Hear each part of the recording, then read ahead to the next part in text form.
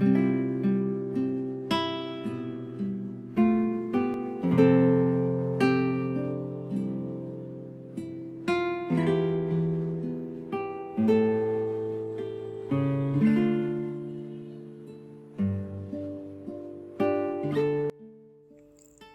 mabuting balita ng Panginoon ayon kay San Lucas.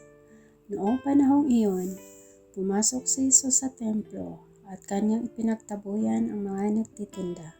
Sinabi niya sa mga ito, nasusulat, ang aking bahay ay tatawaging bahay dalanganan, ngunit ginawa ninyong pugad ng mga magnanakaw. Araw-araw si Jesus ay nagtuturo sa loob ng templo. Pinagsikapan ng mga punong saserdote, ng mga eskriba at ng mga pangunahin ng bayan nang siya'y ipapatay. Subalit wala silang makitang paraan upang maisagawa ito sapagkat taimtim na nakikinig sa kanya ang buong bayan. Ang mabuting balita ng Panginoon.